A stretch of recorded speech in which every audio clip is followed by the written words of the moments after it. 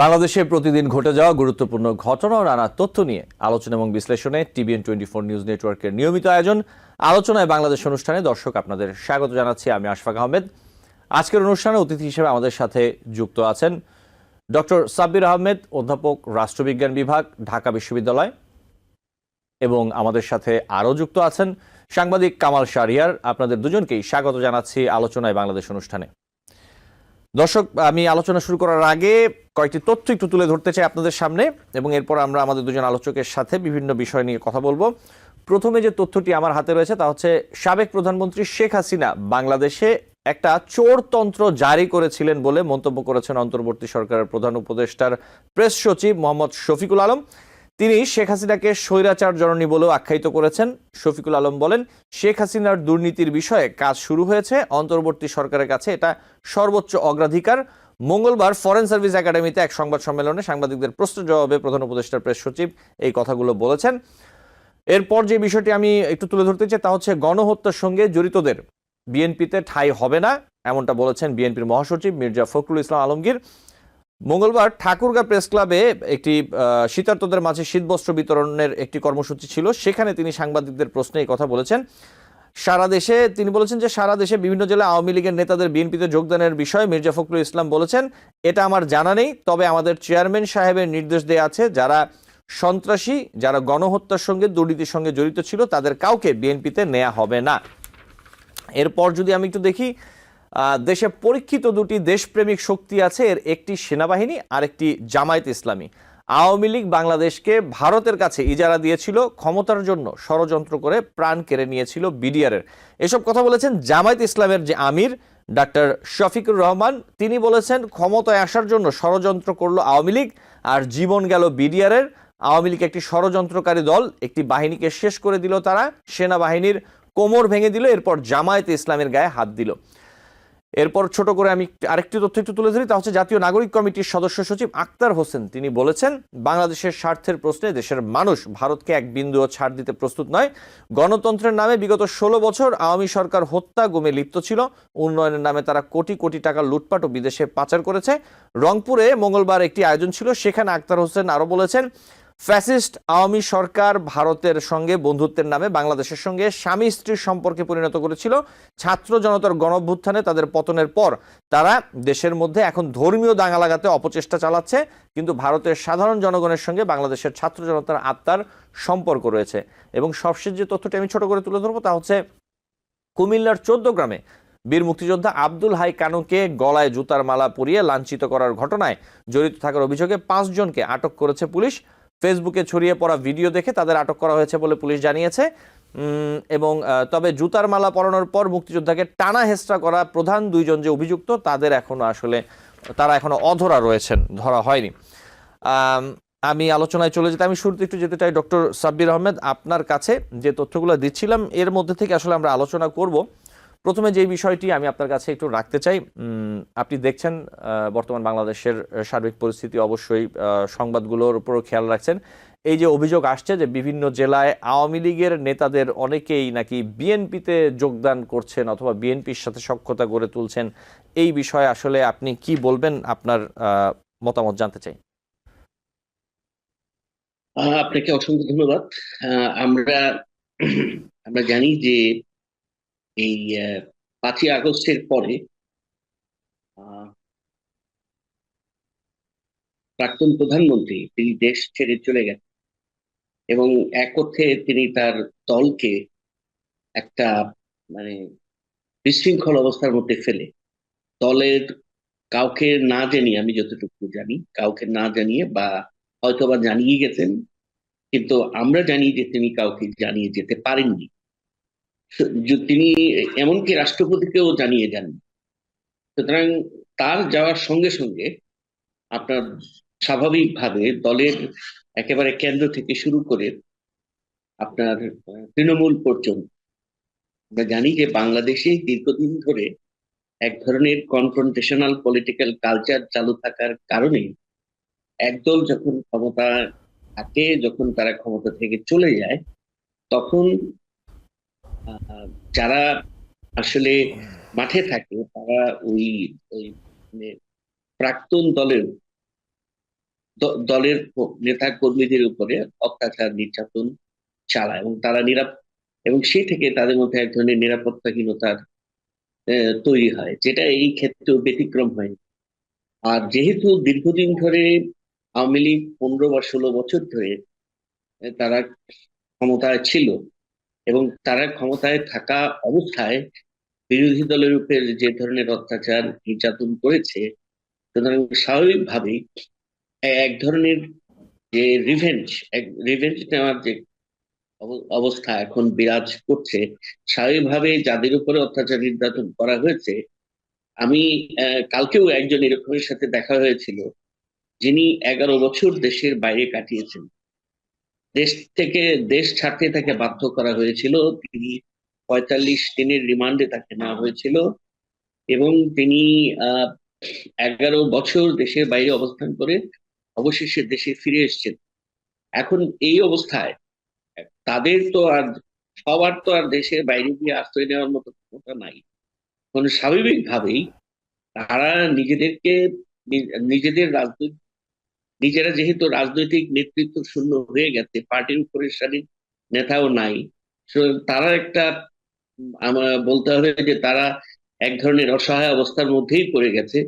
সুতরাং এই থেকে উত্তরণের জন্য তারা একটা সার্ভাইভাল স্ট্র্যাটেজি হিসেবে তারা মনে করছে যে বিএনপিতে হয়তো আশ্রয় নিলেই তারা নিরাপদ থাকবে। এবার একই সাথে এটাও সত্য যে যেহেতু এদের মধ্যে মানে পতিত স্বৈরাচারের দলের মধ্যে যারা ধরুন 5ই অগাস্টের বা এর আগে হত্যাকাণ্ডে জড়িত ছিল, আপনি অবশ্যই এখনকার সময়ের বড় দায়িত্ব হবে যে যারা এই সকল হত্যাকাণ্ডের সাথে জড়িত ছিল তাদেরকে আইনের আওতায় আনা, এবং তাদের আইনের আওতায় এনে আপনার তাদের বিচারকে নিশ্চিত করা।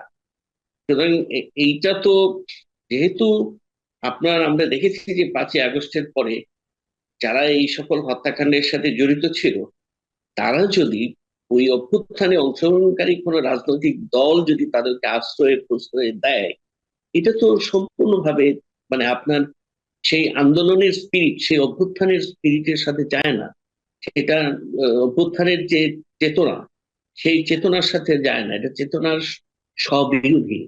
সুতরাং অবশ্যই তাদেরকে এই বিষয়ে সতর্ক থাকতে হবে, যেন তাদেরকে আশ্রয় না করে পতিত স্বৈরাচারের কোনো নেতা বা কোনো পর্যায়ের কোনো নেতা যেন তাদের মধ্যে ঢুকে অন্যায়ভাবে সুবিধা নিতে না পারে।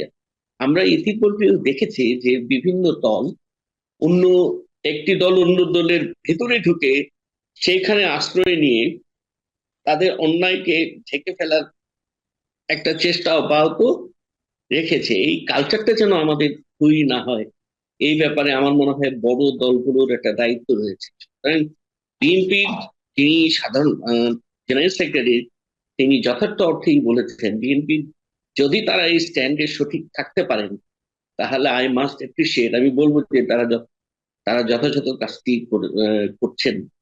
কিন্তু বাস্তবে সেটা হবে কিনা সেটা আমরা সামনের দিনগুলোতে আমরা অপেক্ষা করছি সেটা দেখার জন্য। জি। হয়তো কেন্দ্র থেকে একটা সিদ্ধান্ত থাকে, কিন্তু আবার দেখা যায় তৃণমূল পর্যায়ে ওই লোকগুলো এই যে আপনার আহ, এক ধরনের অ্যাসাইলাম সিকারের মতো শক্তিশালী রাজনৈতিক দলের সাথে এক ধরনের আর্থিক ট্রেড অফের মাধ্যমে, আর্থিক সুযোগ সুবিধা বিনিময়ের মাধ্যমে তারা সেই দলে গিয়ে আশ্রয় গ্রহণ করে। এটি কিন্তু আমাদের রাজনীতিতে এখন একটা গুরুত্বপূর্ণ, মানে আপনি যদি বলেন যে নেতিবাচক রাজনৈতিক সংস্কৃতির উপাদান নিয়ে পরিণত হয়েছে। সুতরাং এই বিষয়টিকে আমাদের কোনোভাবেই প্রশ্রয় দেওয়া আমাদের ভবিষ্যৎ রাজনীতির জন্য কখনোই মঙ্গলজনক হবে না। এটি হচ্ছে এক ধরনের রাজনৈতিক দুর্বৃত্তায়নকে প্রশ্রয় দেওয়া। আমরা অবশ্যই রাজনৈতিক দুর্বৃত্তায়নকে অ্যালাউ করব না, এবং এটাকে আমরা প্রচন্ড ভাবে ঘৃণা করি।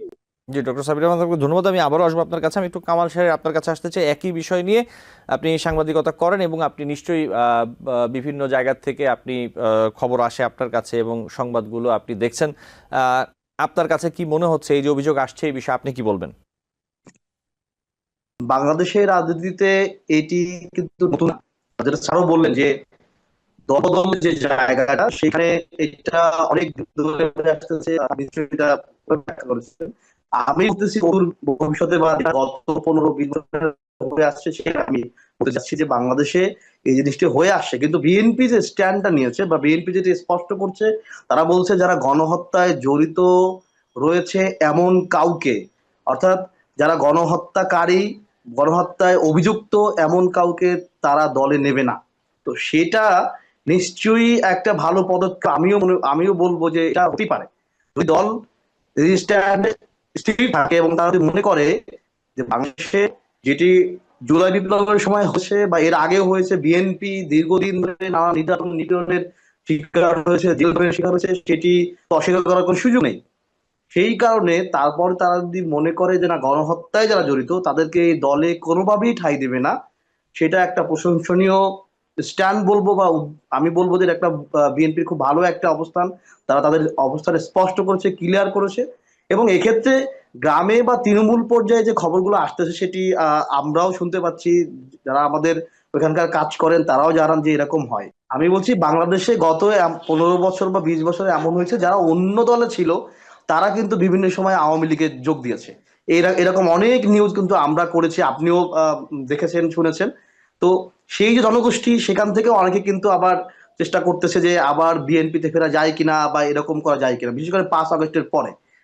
এখন এখানে আরেকটা বিষয় আছে, আপনাকে এটাও ঠিক জায়গাটা জানতে হবে যে যখন নাগরিক কমিটির ব্যানারে বা নাগরিক কমিটি ঘোষণা দিয়েছে নতুন রাজনৈতিক দল তারা গঠন করবে, এবং যদি নির্বাচনের দিকে যেতে হয়, নির্বাচনের রাজনীতি আর যদি আপনি বলি নর্মাল রাজনীতি তো ভিন্ন, ভোটের রাজনীতির ক্ষেত্রে অনেক জায়গা আছে। তো এই যারা যদি নির্বাচনে এখন পর্যন্ত বলা হচ্ছে আওয়ামী লীগ নির্বাচনে আসতে পারবে কিনা সেটা নিয়ে নানা রকমের সংশয় আছে, নিঃসন্দেহে সঙ্গে থাকাটা একেবারেই স্বাভাবিক। কারণ তাদের বিরুদ্ধে যে বড় এলিগেশন রয়েছে বা গণহত্যার অভিযোগ রয়েছে, সেইটা তার দায় হবে কিনা, তারা ক্ষমা চাইবে কিনা, ক্ষমা চেয়ে বাংলাদেশের মানুষ এটা গ্রহণ করবে কিনা, অনেকগুলো প্রশ্ন এখানে আছে। কিন্তু যে জায়গাটা আসল ব্যাপার সেটা হলো যে এই যে একটা আওয়ামী লীগের জনসমর্থন রয়েছে বা এক ধরনের কর্মী সমর্থন রয়েছে, তারা আসলে ভোটের দিকে কি করবে। তো ভোটের রাজনীতিতে নাগরিক কমিটির যে নতুন দল আসতেছে তারাও তো একটা রাজনীতিক নতুন কাউকে নিতে চাইবে, বা রাজনৈতিক দল তারাও তো গ্রাম মহল্লায় রাজনীতির সঙ্গে যুক্ত হবে। তো সেইটা রাজনৈতিক দল হিসেবে হয়তো অন্য রাজনৈতিক দল বা বড়, বাংলাদেশে এই মুহূর্তে সবচেয়ে বড় রাজনৈতিক দল বিএনপি, তারা ফায়দা নিতে চাইবে। এবং আপনি যদি নিশ্চিত থাকেন, আপনি যদি এটা স্মরণ করেন যে কিছুদিন আগেও কিন্তু জামায়াতের আমির তিনি বলেছেন যে আমরা কাউকে ওইভাবে মাধ্যম করতে চাই না, এবং যারা মানে সবসময় ফেসিবাদ ষড়যন্ত্র বলে বলেও আমরা করতে চাই না, মানে জামাতের বক্তব্য। তার মানে কি তারা চাইছে একটা তৈরি করতে, এক সিম্পিতি জায়গাটা তৈরি করতে চাইছে কিনা সেটা নিয়ে কথা বলা যায়। যে আওয়ামী লীগের কিছু জায়গাতে কিছু ভোট সবাইকে, মানে জামাতের মূল বক্তব্য ছিল যে সবাইকে একসঙ্গে ফেসিবাদী বলে একটা জনগোষ্ঠীকে একেবারে ডিমোরালাইজ করে যায় কিনা, সেইটা এক ধরনের উনি হয়তো ওই জায়গা থেকে বলছেন। তো ভোটের রাজনীতিতে কিন্তু এটা অস্বাভাবিক না, আমি আমি মনে করি ভোটের রাজনীতি অস্বাভাবিক না, কারণ ভোটের প্রয়োজনে তৃণমূলে এই জিনিসগুলো দল বদলের জায়গাটা হয়। এবং এটা শুধু বাংলাদেশের এই গত সময় না, স্বাধীনতার পূর্ববর্তী এবং স্বাধীনতার আগেও এমনটা হয়েছে। সুতরাং এইটা শেষ পর্যন্ত বোঝা যাবে আসলে কি হয়। ভোটের রাজনীতির ক্ষেত্রে অনেক অনেক সমীকরণ পাল্টে দেবে, অনেক কিছু হবে, অনেক পরিবর্তন, জায়গার চিন্তা ভাবনা হবে। তবে প্রসঙ্গ হলো যারা বিএনপির তৃণমূলের রাজনীতি করছেন, দীর্ঘদিন যারা নির্যাতনের শিকার হয়েছেন, তারা কি এটা মেনে নেবে কিনা। তো সুতরাং তারা এটা যদি না মানে, সেক্ষেত্রে নিশ্চয়ই এই দলের হাইকমান্ড চাইলেও যে খুব বেশি করতে পারবে সেটা না। সুতরাং যেহেতু দলের হাইকমান্ড বলে দিয়েছে যে যারা গণহত্যায় অভিযুক্ত, যারা গণহত্যায় জড়িত, যারা গণহত্যাকারী, যারা বিচারের মুখোমুখি হবে, তাদের কোনোভাবেই কোনো পর্যায়ে বিএনপিতে ঠাঁই দেওয়া হবে না। সুতরাং এটা তো স্পষ্ট মেসেজ। এখন যেটা বলা হচ্ছে কিছু সমর্থক বা কিছু কর্মী সমর্থক যারা হয়তো পদে নাই, আওয়ামী লীগের পদে ছিল না, বা যা তাদের ক্লিন ইমেজ আছে অনেক প্রত্যন্ত অঞ্চলে, তারা আসলে তাদের ব্যাপারে কি করবে সেটা হয়তো তৃণমূল বিএনপি, মানে যারা বিএনপির ওয়ার্ড, পৌরসভা, ইউনিয়ন, জেলা, উপজেলা, এইখানকার যে নেতারা আছেন তারা আসলে ঠিক করতে পারবেন কি হচ্ছে, বা তাদেরকে তারা দলে জায়গা দেবে কিনা। এবং এই তাদের দলে জায়গা দেওয়ার পরে আবার ভোটের রাজনীতির সময়, ভোটের সময় সাধারণ মানুষের কাছে গেলে সেইটা তারা কতটুকু ফায়দা নিতে পারবে বা প্রশ্নের মুখে পড়বে কিনা, সেটা কিন্তু একটা ব্যাপার আছে। তো সুতরাং বিএনপি অনেকগুলো হয়তো হিসাব করবে যে এই আওয়ামী লীগ থেকে যারা যেতে চায় বা অন্য দল থেকে যারা আসতে চায় তাদেরকে বিএনপিতে নেবে কিনা, নেওয়া ঠিক হবে কিনা, নিয়ে তারা কোন রকম সমালোচনার মুখে পড়বে কিনা। কারণ তারাও চাইবে না, অনেকদিন তারা ক্ষমতার বাইরে, তারা চায় সংসদে যেতে, তারা নির্বাচনের জন্য অনেক চাপও দিচ্ছে, যেমন সরকার অন্তর্বর্তী সরকার চাপে আছে, অটোমেটিকলি নির্বাচনের চাপে আছে, বিএনপির চাপে আছে। তো তারা কি চাইবে, যে বিএনপি কি চাইবে যে নির্বাচনে তাদের জন্য এমন কিছু তারা করুক যারা নির্বাচনের প্রভাব ফেলে, নেতিবাচক প্রভাব ফেলে। সুতরাং ওই জায়গা থেকে আমার মনে হচ্ছে যে বিএনপি এখানে অনেক কৌশলী ভূমিকা পালন করবে। আমার মনে হয় না যে তারা যারা গণহত্যায় জড়িত, গণহত্যার সঙ্গে সম্পৃক্ত বা এরকম যারা, তাদের ক্লিন ইমেজ নাই, তাদেরকে একেবারেই ঠাঁই দেওয়ার ব্যাপারে তারা কঠোরই থাকবে। আমার মনে হচ্ছে এখন জি রাজনীতির শেষ বলে কিন্তু এমন কিছু নেই, সেটা কিন্তু অপেক্ষা করতেই হবে। এখন এটা বিএনপি হয়তো বলতে পারতো, সাংবাদিক হিসেবে যতটুকু আমরা বুঝি, বিএনপি হয়তো এই ঝুঁকিটা এই নির্বাচনে নিতে চাইবে না। কারণ তাদের ক্ষমতায় যেতে হলে সাধারণ মানুষের কাছে তার গ্রহণযোগ্য পর্যন্ত আছে। বাংলাদেশে অনেক, বাংলাদেশে তো অনেক বড় একটা জায়গায় বিএনপির অবস্থান আছে। সুতরাং তারা চাইবে না যে এই মুহূর্তে এমন কিছু করে তারা বিতর্কিত হোক, তাদের দল বিতর্কিত হয় এবং জি আগামী নির্বাচন তারা এমন চাইবে না তারা বিতর্কিত হয়। আমার আমার মনে হচ্ছে। জি কামাল শেরিয়া, আপনাকে ধন্যবাদ। আমি অবশ্যই আবার আপনার কাছে আসবো। ডক্টর সাব্বির আহমেদ, আমি ঠিক এই জায়গাটাতেই কামাল শেরিয়ার যেমনটা বলছিলেন, আমি একটু আপনার কাছে আসতে চাই। এই যে ভোটের রাজনীতির হিসেব নিকেশ আসলে খুব জটিল। আমি এই সাথে আপনার কাছে একটু প্রশ্ন রাখি যে এই যে নতুন রাজনৈতিক দল নিয়ে আসছে, যেমনটা বলছিলেন কামাল শেরিয়ার, আপনি জানেন এরই মধ্যে যে জাতীয় নাগরিক কমিটি তারা একটি নতুন রাজনৈতিক দল নিয়ে আসছেন, তরুণ নির্ভর দল, তারুণ্য নির্ভর রাজনৈতিক দল, এমনটাই আমরা জানি এখনো পর্যন্ত। আপনার এই নতুন রাজনৈতিক দল যেটি আসবে করছে, তাদের কাছ থেকে আসলে প্রত্যাশা কতটা? আপনাকে ধন্যবাদ। তো আমি আহ, জাতীয় নাগরিক কমিটি সম্পর্কে বিভিন্ন সূত্র থেকে যতটুকু বুঝেছি যে এটি মানে তারুণ্য নির্ভর একটা দল হতে যাচ্ছে বাংলাদেশে। বিশেষ করে 5ই আগস্টের পরে বৈষম্য বিরোধী ছাত্র আন্দোলন সহ এই এই দলটি সামনে চলে আসার একটা সমূহ সম্ভাবনা আমরা দেখতে পাচ্ছি, যেটা নাগরিক কমিটির ব্যানার। এই দলটা সম্পর্কে আমি ব্যক্তিগতভাবে খুবই আশাবাদী। আশাবাদী এই অর্থে যে তারা যে ধরনের বক্তব্য তারা যে ধরনের বক্তব্য নিয়ে মাঠে কথা বলছে, যদি তারা সিরিয়াসলি সেটা মিন করে, আমি মনে করি যে তাদের কাছ থেকে আমরা হয়তো অনেক কিছু পেতে পারি। তারা যে কথাটা বলে যে তারা বাংলাদেশকে একটা অন্তর্ভুক্তিমূলক বাংলাদেশ দেখতে চায়, ইনক্লুসিভ বাংলাদেশ দেখতে চায়, এই বক্তব্যটি আমি ব্যক্তিগতভাবে খুব পছন্দ করি। এবং তারা মনে করি, তারা যেটা বলার চেষ্টা করেছে বা চেষ্টা করে, যে বাংলাদেশ স্বাধীনতা উত্তরকালে যে সাংবিধানিক প্রক্রিয়ার মাধ্যমে এই রাষ্ট্রটি যাত্রা শুরু হয়েছিল, যে সকল রাষ্ট্রীয় নীতিমালার মধ্য দিয়ে বাংলাদেশ তার যাত্রা শুরু করেছিল, তারা যেটা বলতে চায় যে এই নীতিগুলো আসলে বাংলাদেশ রাষ্ট্রের জনগণকে ঐক্যবদ্ধ রাখতে ব্যর্থ হয়েছে। যে কারণে সম্ভবত তারা দাবি করে যে 1972-এর যে সংবিধান, এই সংবিধানকে তারা মানতে চায়। তাদের কথার মধ্যে হয়তো আপনার আহ হয়তো কারো কারোর কাছে মনে হবে যে এটা খুবই বাড়াবাড়ি হচ্ছে কিনা।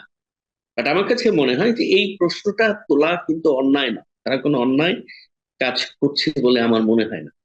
আসলে আমাদের ভেবে দেখা উচিত যে ধরুন 72 সালের সংবিধানে আমরা সমাজতান্ত্রিক অর্থনৈতিক নীতিকে গ্রহণ করেছি, কিন্তু দেখা যাচ্ছে যে এই নীতির বাস্তবায়ন করতে গিয়ে আমরা কিন্তু সমাজতান্ত্রিক অর্থনীতির জায়গায় ইতিমধ্যে বাজার অর্থনীতি চালু করেছি। এবং সেই বাজার অর্থনীতির মাধ্যমে সমাজে কিন্তু ব্যাপক মানে বিপুল বৈষম্য, আয় বৈষম্যকে যদি আমরা ইন্ডিকেটর হিসেবে ধরি, ব্যাপক আয় বৈষম্য আমরা সামনে দেখতে পাচ্ছি। এটা একটা জায়গা। অর্থাৎ তাদের বক্তব্যের মধ্যে এই জায়গাটা আমার কাছে একটু নতুনত্ব মনে হয়েছে। জি আরেকটা হচ্ছে যে আমরা এই আন্দোলনের মধ্যে দিয়ে একটি জিনিস আমার কাছে অন্তত আমি শিখেছি বলে আমি মনে করি। হয়তো এটা আমাদেরও ব্যর্থতা যে আমরা বুঝতে পারি নাই যে জেন জেড জেনারেশন, এই জেনারেশনের মনের ভাষা, এই জেনারেশনের যে পালসটাকে কিন্তু আমরা ধরতে পারি নাই। এটা আমাদের সকলের ব্যর্থতা। জি এবং ডক্টর সাব্বির আহমেদ স্যার, অনেক ধন্যবাদ। আমাকে একটি বিরতি নিতে হবে, বিরতি থেকে ফিরে নিশ্চয়ই আপনার সাথে আরো বেশ কিছু বিষয় নিয়ে আলোচনা করব। দর্শক, আলোচনায় বাংলাদেশ অনুষ্ঠানে নিচ্ছি ছোট্ট একটি বিরতি, সাথে থাকবেন। টিবিএন 24 টেলিভিশন দেখতে আজই কল করুন 7187776556। লগ ইন করুন www.totalcablebd.com। দর্শক, আলোচনায় বাংলাদেশ অনুষ্ঠানে আপনাদের আবারও স্বাগত জানাচ্ছি। আমাদের সাথে আজকে আছেন দুজন অতিথি, ডক্টর সাব্বির আহমেদ এবং কামাল শাহরিয়ার। আপনাদের দুজনকে আবারও স্বাগত জানাচ্ছি। আমি এবার একটু শুরুতে কামাল শাহরিয়ার আপনার কাছে আসতে চাই। বেশ কিছু বিষয় নিয়ে আলোচনা করব, কিন্তু আমি একটি বিষয় যেটি খেয়াল করলাম সামাজিক মাধ্যমে বেশ কিছু জায়গায় এবং আপনার ফেসবুক পেজেও আমি দেখতে পেয়েছি একটি বিষয়। আপনি একটি স্ট্যাটাস দিয়েছেন ফেসবুকে, সেটি হচ্ছে যে অপতথ্যের বিরুদ্ধে চ্যালেঞ্জ 1, এবং এরপরে দীর্ঘ একটি স্ট্যাটাস দিয়েছেন। আমি ছোট করে অল্প একটু অংশ বলি যে দীর্ঘদিন আমার বিরুদ্ধে নানা রকম অপপ্রচার চলেছে। সাবেক সহকর্মীদের অনেকেও ব্যক্তিগত আক্রোশ থেকে কুৎসা রটাচ্ছেন, কেউ আবার সুবিধা না পেয়েও। আমি নীরব থেকেছি, সবসময় বলেছি আল্লাহ বিচার করবেন। আমার বিরুদ্ধে যেসব অভিযোগ সামনে আসছে সেগুলোর জবাব দেওয়ারও সময় এসেছে। আশা করি আগামী কয়েকদিন এক এক করে উত্তর দেব ইনশাল্লাহ, কারণ আমি মজলুম। বিষয়টা কি আমাকে বলবেন? আমি এবং আরো বেশ কয়েকজন আমাদের সংবাদকর্মী অথবা গণমাধ্যম কর্মীর ফেসবুকে আপনি যেই প্রতিষ্ঠানের সাথে কাজ করেন, বেসরকারি টেলিভিশনের সাথে, সেই সংক্রান্ত বেশ কিছু আমি আসলে কি বলবো স্ট্যাটাস অথবা তথ্য এগুলো আসলে দেখতে পাচ্ছি। কি ঘটনাটা আসলে আমাকে একটু বলবেন? হ্যাঁ জি, আপনি এটা শুনেছিলেন এবং এটা বেশ আলোচনা রয়েছে। আজকে এএফপি একটা স্টোরি করেছে এটা নিয়ে। ব্যাপারটা হলো যে যেটা আমাদেরকে বলা হয়েছে বা আমাদের টেলিভিশন থেকে যেটা আসছে, যে আমাদের টেলিভিশন কর্তৃপক্ষ যে যারা বিনিয়োগ করছে, বৈষম্য ছাত্র আন্দোলনের কোন শীর্ষ সমন্বয়কদের কয়েকজন মানুষ সেখানে গেছেন এবং যে এই লোকগুলো অবিলম্বে ছাঁটাই করতে। প্রথম প্রাথমিকভাবে 10 জনের তালিকা দিয়েছে। তো আমরা প্রথম যখন এটা আলোচনা শুনলাম, আমরা অবশ্যই আমাদের সময় মিডিয়া লিমিটেড কর্তৃপক্ষের সঙ্গে আমরা কথা বলছি। ওনারা তখন শনিবারও বললেন যে না, এই তালিকাটা নিয়ে কিছুই ভাবছে না এই মুহূর্তে সিটি গ্রুপ। রোববার দুপুরের পর আমাদেরকে বলা হলো যে আপনাদেরকে রিজাইন করতে হবে। কেন রিজাইন করতে হবে? তখন মানে একটু আনঅফিশিয়ালি বলার চেষ্টা করলেন যে দেখেন, যারা এখানে গেছে আমাদের বলছে কামাল স্যার, আমি আপনার কথাটা স্পষ্ট কেটে কেটে আসছে। যদি একটু যদি ধীরে বলেন, আপনার কথাটি কেটে কেটে আসছে কামাল শাহরিয়ার, তাহলে শুনতে পারবো স্পষ্ট হবে। জি বলুন প্লিজ। শনিবার পর্যন্ত আমরা, এর আগে কিছু শুনছেন, শনিবার পর্যন্ত আমরা জানি যে ওই বৈষম্যবিরোধী ছাত্র আন্দোলনের যে সমন্বয়কের কথা বলে বা তার একজনের নাম ধরে সিটি গ্রুপকে যে কথা বলা হয়েছে বা যে তালিকা দেওয়া হয়েছে, যে এই তালিকা অনুযায়ী 10 জনকে বাদ দিতে হবে। তো তার মধ্যে আমিও একজন অন্যতম। তারপরে এটা শনিবার পর্যন্ত আমরা জানলাম যে না, এই তালিকা নিয়ে সিটি গ্রুপ বা সময় কর্তৃপক্ষ তেমন কোনো কিছু করছে না। কিন্তু রোববারে আবারও শোনা গেছে যে রোববার সকাল থেকে দেওয়া হয়েছে এবং রোববার দুপুরের পর আমাদেরকে বলা হয়েছে যে আপনাদেরকে পদত্যাগ করতে হবে বা আমাদের রিজাইন করতে হবে। তো আমরা তখন বললাম রিজাইন কেন করব? তখন বললো যে না, চাপ বাড়তেছে এবং এই চাপ এমন ভাবে বাড়তেছে যাতে প্রতিষ্ঠানের ক্ষতি হয়ে যাবে। তো আপনারা প্রতিষ্ঠানের ভালো চিন্তা করে, এগুলো কর্মী 8 থেকে 900 কর্মী, তাদের কথা চিন্তা করে আপনারা যদি রিজাইন দেন খুব ভালো হয়। তো আমরা তখন বললাম, যদি প্রতিষ্ঠানের এত ভালো কথা চিন্তা করা হচ্ছে, তাহলে আপনারা আমাদেরকে টার্মিনেট করেন এবং টার্মিনেট করার সময় আমাদেরকে সুনির্দিষ্ট কারণটা বলে দেন যে কি কারণে আমাদেরকে বাদ দেওয়া হচ্ছে বা কি কারণে আমাদেরকে সময় টেলিভিশন ছাড়তে হচ্ছে। তো ওনরা আসলে এটা বলতেও খুব ভয় পাচ্ছিলেন যে এটা বলে আবার আর কোন বিপদে পড়ে। তো সেটা নিয়ে পরে সন্ধ্যার পরে ওনরা আমাদেরকে পাঠিয়েছেন, অব্যাহতি দেওয়ার চিঠি পাঠিয়েছেন, কিন্তু সেখানে করেন নাই।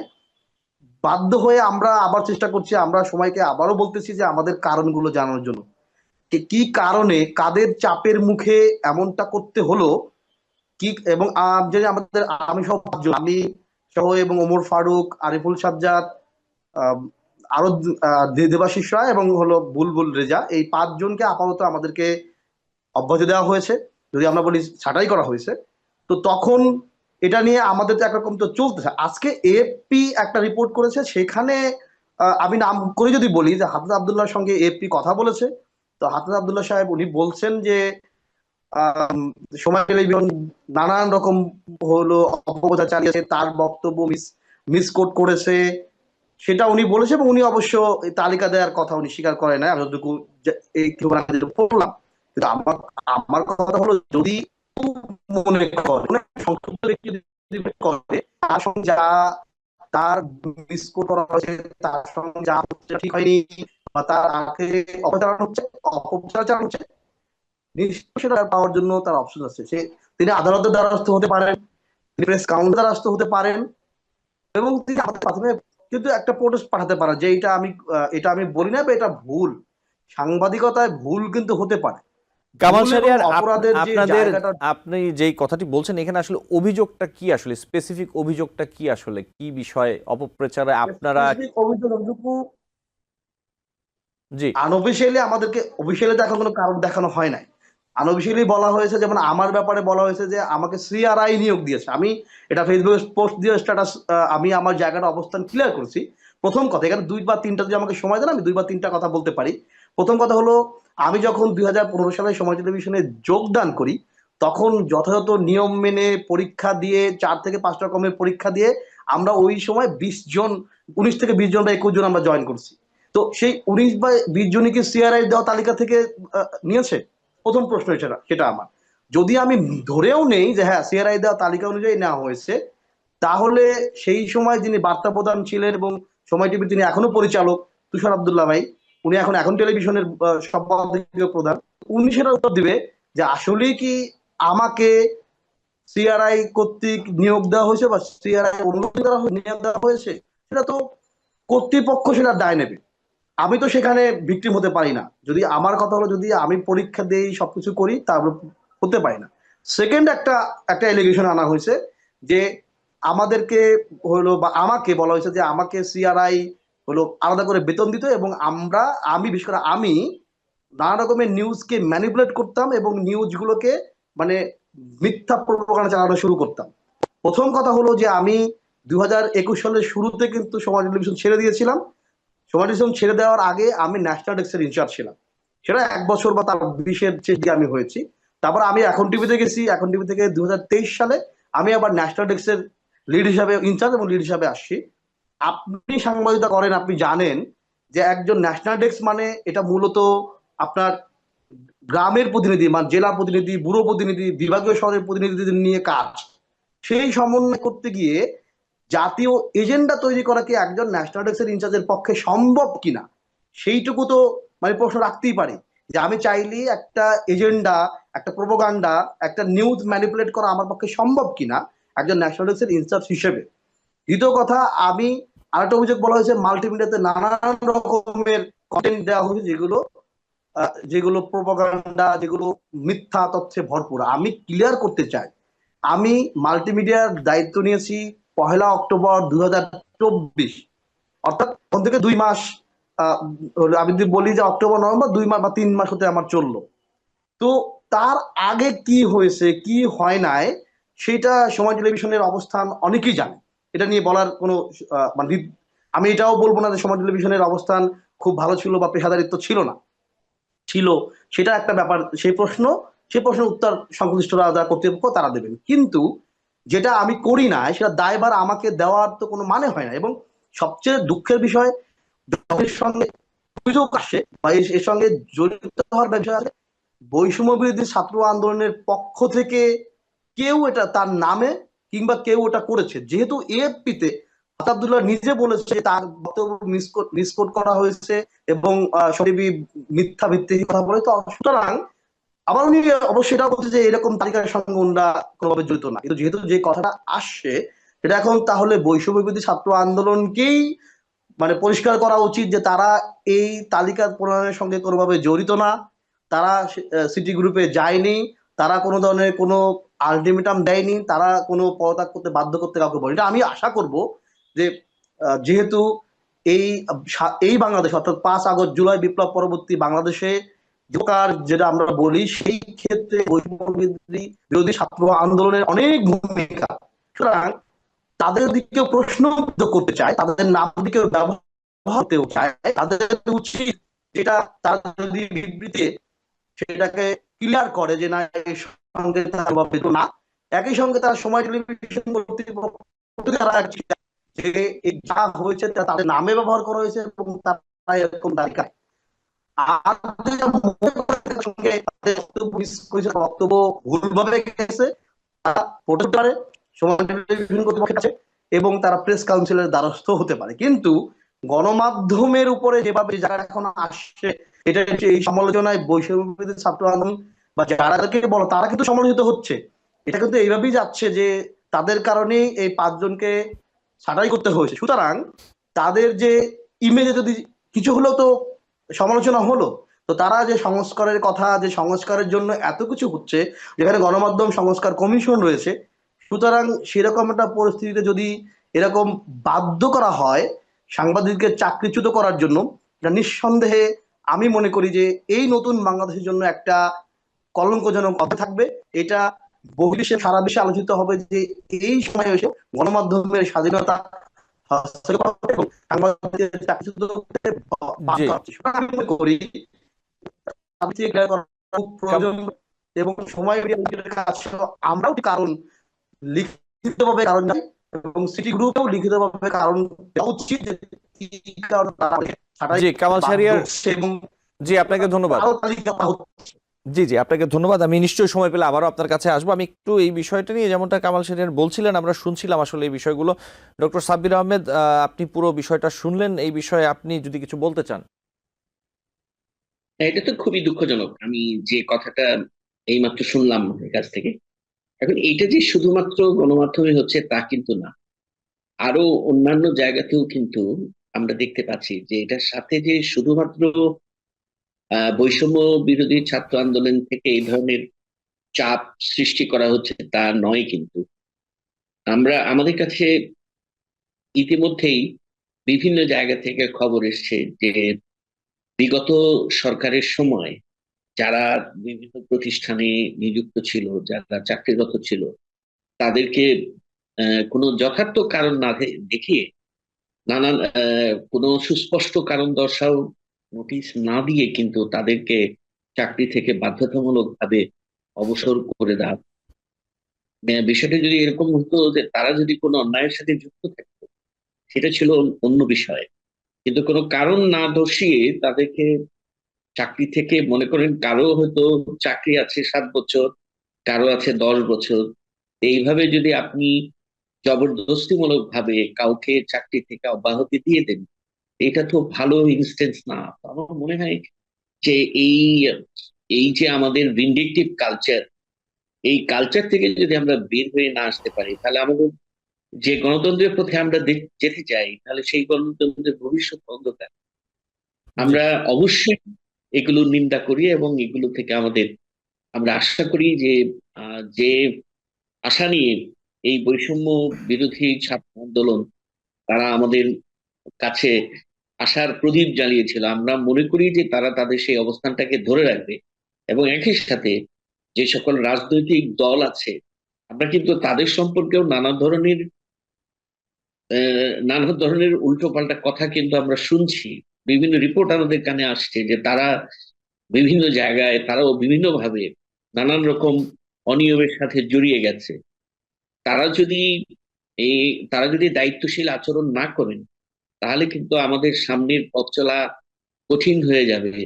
মানুষ যদি এটা বুঝতে না পারে যে পরিবর্তন হয়েছে কিন্তু পরিবর্তনের কিছুই হলো না, সে একই জিনিস ঘুরে ফিরে আসছে, মানুষের মধ্যে এই পারসেপশনটা যেন তৈরি না হয়, এটাই হচ্ছে আমার বলার কথা। জি ডক্টর সাব্বির আহমেদ, আমি আপনার কাছে একটু এই বিষয় থেকে একটু আসতে চাই। আপনার কাছেই প্রশ্নটা রাখি। আপনি নিশ্চয়ই দেখেছেন যে কুমিল্লার 14 গ্রামের যে ঘটনাটা, মুক্তিযোদ্ধা আব্দুল হাই কানুকে লাঞ্ছিত করেছেন কয়েকজন লোক এবং পরবর্তীতে আমরা যেটি দেখলাম যে 5 জনকে গ্রেফতারও করা হয়েছে। এখনো দুই একজন আছেন যাদের ধরা যায়নি। সব মিলে পুরো ঘটনাটি আপনি যদি দেখে থাকেন, আপনার এই বিষয়ে প্রতিক্রিয়া কি? ওনার বিরুদ্ধে যদি কোনো নির্দিষ্ট অভিযোগ থাকে, কোনো অপরাধের সাথে যুক্ত থাকেন, অবশ্যই আইনি ব্যবস্থা নেওয়ার সুযোগ রয়েছে, অভিযোগ করার সুযোগ রয়েছে, কিন্তু প্রকাশ্যে একদম একজন মানুষকে এইভাবে অপদস্থ করা, লাঞ্ছিত করার বিষয়ে আপনি কি বলবেন সাব্বির আহমেদ? আমি যেটা বলতে চাই যে একজন মুক্তিযোদ্ধা হচ্ছে আমাদের এই জাতির গৌরব এবং তারা সূর্য সন্তান। একজন মানুষ, সেও মানুষ, এটাও ঠিক। একজন মুক্তিযোদ্ধা মানুষ, তারও অপরাধ থাকতে পারে। যদি তার কোনো সুনির্দিষ্ট কোনো অপরাধ তিনি করে থাকেন, তাহলে তাকে তো আইনের আওতায় আনা যেত বা যায়, সেটা করা যেত। কিন্তু সেটা না করে যখন আইনকে নিজের হাতে তুলে নিয়ে এরকম একজন বর্ষিয়ান মানুষকে তার গলায় জুতোর মালা পরিয়ে দিয়ে তাকে যেভাবে অপমান করা হয়েছে, এইটা মানে এই গণ অভ্যুত্থান পরবর্তী এই পরিবর্তনের সাথে যায় না। হ্যাঁ, এটা দেখলে মনে হয় যে না, আসলে পরিবর্তন কিছুই হয় নাই, আমাদের মনোজগতেরই কোনো পরিবর্তন হয়নি, যে পরিবর্তনটা খুবই গুরুত্বপূর্ণ। হ্যাঁ, তো আমি এটার খুবই নিন্দা করি এবং আমি মনে করি যে যারা এই কাজটি ঘটিয়েছেন, আমি তাদের নাম বলতে চাই না, তাদের নাম বলতে চাই না, কিন্তু তারা অত্যন্ত গর্হিত কাজ করেছেন। এবং আমি লক্ষ্য করেছি যে যে দলের লোকেরা এটা করেছে, সেই দল এই বিষয়ে একটি উদ্যোগ গ্রহণ করেছে, এজন্য আমি তাদেরকে সাধুবাদ জানাই। কিন্তু এটা সামনের দিনে এই বিষয়ে দলগুলো খেয়াল রাখবেন, এটা আমরা আশা করি। জি, আপনাকে জি জি ডক্টর সাব্বির আহমেদ, আপনাকে ধন্যবাদ। আমি খুব ছোট করে একটু কামাল শাহরিয়ার আপনার কাছে আসতে চাই একই বিষয় নিয়ে, যদি একটু বলতেন আমাকে। 1 মিনিট সময় আসলে আমাদের আছে, 1 থেকে 1.5 মিনিট। জি জি, আমি একটু পুরোনো কথাটাকে 10 সেকেন্ড নিয়ে নিই। সেটি হলো যে এটা আবার মিস করতে পারে। আমি কিন্তু কবি বলেছে হাসান আব্দুল্লাহ বা এর সঙ্গে জড়িত, সেটি কিন্তু গঠন করা হয়নি। বলা হয়েছে যে হাসানের শিশু সমন্বয়কের নামে মানে বলা হয়েছে, যেহেতু আমি স্বীকার করলাম যে সংগঠনের ব্যান, যদি আসলেই ওনার নামে কেউ করে থাকে, সেটা তো ওনাদের জন্য এক ধরনের মানে চিন্তার বিষয়, যেরকম ওনাদের নামে যদি কেউ করে থাকে। সুতরাং সেটা ওনারা ক্লিয়ার করবে। আমরা মনে করি যে এই ছাত্র সমন্বয়কদের মাধ্যমে এটা হওয়ার কোনো কথা না, কারণ ওনারা আসলে বাংলাদেশকে অন্যভাবে দেখে। সেকেন্ড, আমি যেটা আপনি যে প্রশ্নটা আমাকে বললেন, কুমিল্লার ঘটনাটি আসলেই দুঃখজনক। আবার একই সঙ্গে নানান রকম অভিযোগও আসছে ওনার বিরুদ্ধে যে এই অভিযোগ রয়েছে। সুতরাং যে অভিযোগ বা উনি যদি কোনো অপরাধ কর্মকাণ্ডে জড়িত থাকে, সেটি যেরকম আইনের আওতায় আসা বা আইন আশায় নিয়ে আসা উচিত, সেটি প্রশাসন নিশ্চয়ই করবে। একই সঙ্গে ওনার সঙ্গে যেটি হয়েছে সেটি তার এটা গর্হিত কাজ। সুতরাং আমিও সেটাই বলবো যে এটা অন্যায় হচ্ছে, ওনার সঙ্গে যেটা হয়েছে, উনি কোনো অপরাধ করে থাকে, সেটা বিরাট বাংলাদেশের আইন অনুযায়ী করা সম্ভব। এবং যেহেতু আশা করি, আমি বিশ্বাস করি যে বাংলাদেশে এর কোনো ঘটনার পুনরাবৃত্তি ঘটবে না, এবং বিশ্বাস করি যে সবার সঙ্গে সম্মর্মী একদম সহনশীল আচরণ করবে। ধন্যবাদ। জি, কামাল সাহেব আপনাকে অনেক ধন্যবাদ, এবং ডক্টর সাব্বির আহমেদ আপনাকে অনেক ধন্যবাদ। আমাদের সময় আজকে শেষ। নিশ্চয়ই অন্য কোনো দিন আপনাদের সাথে আবারও কথা হবে, আমাদের দর্শক আপনাদের মূল্যবান মতামত শুনতে পারবেন। ভালো থাকবেন দর্শক। আলোচনায় বাংলাদেশ অনুষ্ঠান আজ এই পর্যন্তই। পরবর্তী অনুষ্ঠান দেখার আমন্ত্রণ জানিয়ে বিদায় নিচ্ছি।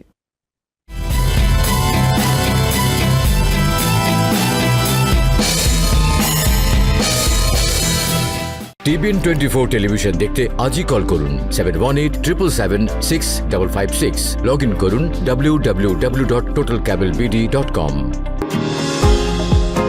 নিউ ইয়র্ক থেকে সম্প্রচারিত TBN 24 টেলিভিশন বিশ্বজুড়ে বাঙালির কণ্ঠস্বর।